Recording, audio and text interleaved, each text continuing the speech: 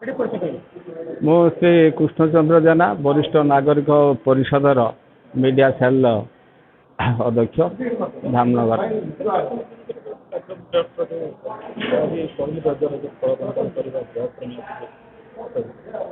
ଏ ବିଷୟରେ ପୂର୍ବରୁ ତ କହିସାରିଲେଣି।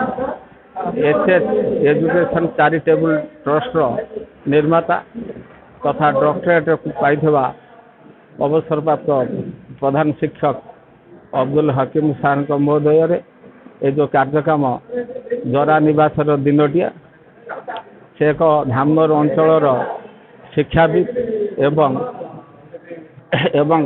ଶିକ୍ଷାକୁ ଯିଏ ଭଲ ପାଉଥିବା ବ୍ୟକ୍ତି ଭିତରେ ସେ ଜଣେ ଅନନ୍ୟ। କାରଣ ଆମେ ପିଲାଟି ବେଳକୁ ସାର୍ଙ୍କୁ ଦେଖୁଛୁ। ସେ ସାର୍ ଯେତେବେଳେ ହାଇସ୍କୁଲରେ ପଢ଼ୁଥିଲେ ସେ ବି ସେତେବେଳେ ଗୋଟେ ଭଲ ଫୁଟବଲ ଖେଳାଳି ମଧ୍ୟ ଥିଲେ। ଆମେ ତାଙ୍କ ପାଖରୁ କିଛି ଖେଳ ଶିଖିଛୁ। ତାପରେ ଯାଉ ସେ ବିଇଡ଼ି କମ୍ପ୍ଲିଟ୍ କଲା ପରେ ମଦରସା ଗୌଶାରେ ଚାକିରିଟେ ପାଇଲେ, ଏବେ ଡକ୍ଟରେଟ୍ ପାଇଛନ୍ତି।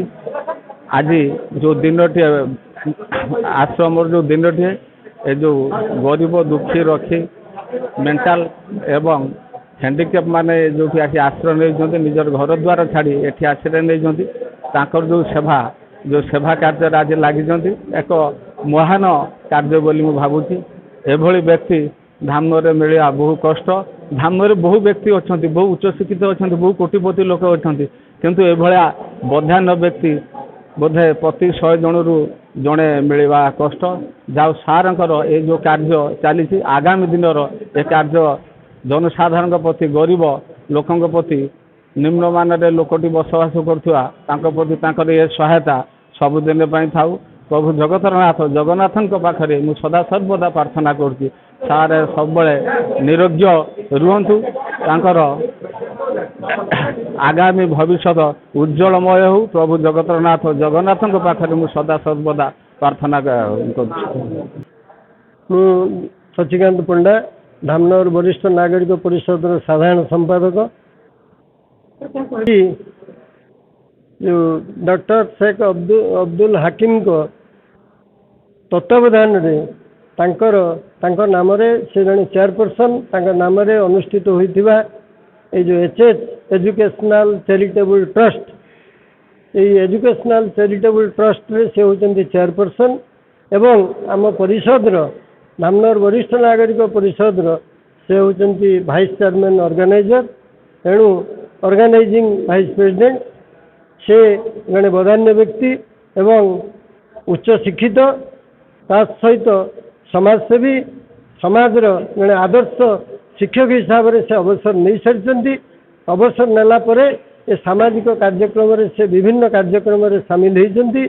ତାଙ୍କର ସବୁ ଶିକ୍ଷାକୁ ଅତି ଭଲ ପାଉଥିବାରୁ ଶିକ୍ଷା ସହିତ ପିଲାମାନଙ୍କର ଭବିଷ୍ୟତ, ଶିକ୍ଷା ହେଉଛି ଗୋଟେ ଆମ ଜାତିର ମେରୁଦଣ୍ଡ। ତେଣୁ ଶିକ୍ଷା ପାଇଁ ସେ ତାଙ୍କର ଅନୁଷ୍ଠାନଟିଏ ଭୁବନେଶ୍ୱରରେ ତାଙ୍କ ସୁପୁତ୍ରମାନେ ଆରମ୍ଭ କରିଛନ୍ତି ଏବଂ ଏହା 4-5 ବର୍ଷ ସେ ଅନୁଷ୍ଠାନଟି ଗାନ୍ଧୀ ଅନୁଷ୍ଠାନ ନାମରେ ନାମିତ। ତେଣୁ ସେ ଜଣେ ସାର୍ଥକ ପିତୃତ୍ୱ। ତାଙ୍କର ପିତାର ଯେଉଁ ବାପାର ଯେଉଁ ସାର୍ଥକ ପଣିଆ ସେ ନିଶ୍ଚିତ ଭାବରେ ସଫଳ ହୋଇଛି। ସେଥିପାଇଁ ଆମେ ବି ମଧ୍ୟ ଆମ ପରିଷଦ ମଧ୍ୟ ସେ ପରିଷଦରେ ସେ ଜଣେ ପ୍ରତିଷ୍ଠାତା ସଭ୍ୟ ହୋଇଥିବାରୁ ଏବଂ ଉପସଭାପତି ଥିବାରୁ ଆମେ ତାଙ୍କୁ ସସମ୍ମାନ ସହିତ ତାଙ୍କୁ ମାନେ ସମ୍ବର୍ଦ୍ଧିତ କରିସାରିଛୁ। ତତ୍ସହିତ ଏଇ ଆଗାମୀ ଆସନ୍ତାକାଲି ସେ ମଧ୍ୟ ଏଇ ଯେଉଁ ଡକ୍ଟରେଟ୍ ଉପାଧି ହାସଲ କଲେ, ସର୍ବୋଚ୍ଚ ସମ୍ମାନରେ ବ୍ୟକ୍ତିତ୍ୱ ହାସଲ କଲେ, ସେଥିପାଇଁ ଆମେ ମଧ୍ୟ ତାଙ୍କୁ ଆସନ୍ତାକାଲି ସମ୍ବର୍ଦ୍ଧିତ କରିବୁ। ଆମର ରଜ ମହୋତ୍ସବ ପାଳନ କରୁଛୁ ବରିଷ୍ଠ ନାଗରିକ ପରିଷଦ ତରଫରୁ, ସେଥିରେ ସେ ସମ୍ବର୍ଦ୍ଧିତ ହେବେ। ହଁ, ଆଜି ଏଇ ଯେଉଁ କାର୍ଯ୍ୟକ୍ରମଟି ହେଇଛି, ଏ ବୃଦ୍ଧାଶ୍ରମ ଏବଂ ମେଣ୍ଟାଲ ଡିସାବିଲିଟି, ଅନ୍ଧମୁଖ ବଧିର ସବୁ ପିଲାମାନଙ୍କୁ ଏଇ ଯେଉଁ ବୃଦ୍ଧାଶ୍ରମ ପରିବେଶ ଭିତରେ ଏଇ ଯେଉଁ କାର୍ଯ୍ୟକ୍ରମଟି ଅନୁଷ୍ଠିତ ହୋଇଛି, ନିଶ୍ଚିତ ଭାବରେ ତାଙ୍କର ଦାନ ମହତ ଦାନ। ଏଇ ଗୋଟିଏ ଦିନ ଏଠି ଆମେ ଯେଉଁ ଆସିକି ସମସ୍ତେ ତାଙ୍କୁ ସହଯୋଗ କରିଲୁ, ତାଙ୍କର ଚିନ୍ତାଧାରା, ତାଙ୍କର ଅବଦାନ ଏବଂ ତାଙ୍କର ମାନସିକତା, ତାଙ୍କର ସବୁ ସେବା ମନୋବୃତ୍ତି ନିଶ୍ଚିତ ଭାବରେ ଗୋଟିଏ ସଫଳ ଇଏ। ତତ୍ସହିତ ସେ ମଧ୍ୟ ବୃକ୍ଷରୋପଣ କାର୍ଯ୍ୟରେ ସହଯୋଗ ଦେଇଛନ୍ତି, ହାତ ବଢ଼େଇଛନ୍ତି, ତାଙ୍କ ତତ୍ତ୍ୱାବଧାନରେ ହେଇଛି। ଜଳଛତ୍ର ମଧ୍ୟ କରେଇଛନ୍ତି। ଏସବୁ କାର୍ଯ୍ୟକ୍ରମ ପାଇଁ ସେ ଅଞ୍ଚଳରେ ଜଣେ ବଦାନ୍ୟ ବ୍ୟକ୍ତି। ତାଙ୍କର ପୁତ୍ରମାନେ ସମସ୍ତେ ଖୁବ୍ ଆନନ୍ଦର ସହିତ ଏବଂ ତ୍ୟାଗର ସହିତ ଏ କାର୍ଯ୍ୟକ୍ରମ କରୁଛନ୍ତି। ସମାଜ ପାଇଁ ତାଙ୍କର ଦାନ ଅତୁଳନୀୟ। ତେଣୁ ତାଙ୍କୁ ଆମେ ପ୍ରଶଂସା କରୁଛୁ ଏବଂ ଧନ୍ୟବାଦ ଦେଉଛୁ ସମସ୍ତଙ୍କୁ। ତାଙ୍କ ପରିବାରର ପିଲାମାନଙ୍କୁ ଆଶୀର୍ବାଦ କରୁଛୁ ସେ ପିଲାମାନେ ଆହୁରି ଜୀବନରେ ଉତ୍ତରୋତ୍ତର ଉନ୍ନତି କରନ୍ତୁ ଏବଂ ସାର୍ଙ୍କୁ ପ୍ରଭୁ ଜଗନ୍ନାଥ ତାଙ୍କୁ ଦୀର୍ଘାୟୁ କରନ୍ତୁ। ସେ ଆହୁରି ତାଙ୍କର ମନୋବଳ ବୃଦ୍ଧି ପାଉ। ସେ ଆହୁରି ଆମକୁ ମାନେ ଏ ଅଞ୍ଚଳରେ ସାଧାରଣ ଗରିବ ଏବଂ ଅବହେଳିତ ନିର୍ଯାତିତ ଲାଞ୍ଛିତ ଲୋକମାନଙ୍କର ସେବା କରିବା ପାଇଁ ତାଙ୍କର ହୃଦୟ ଆହୁରି ଖୋଲା ହେଇଯାଉ ସମସ୍ତ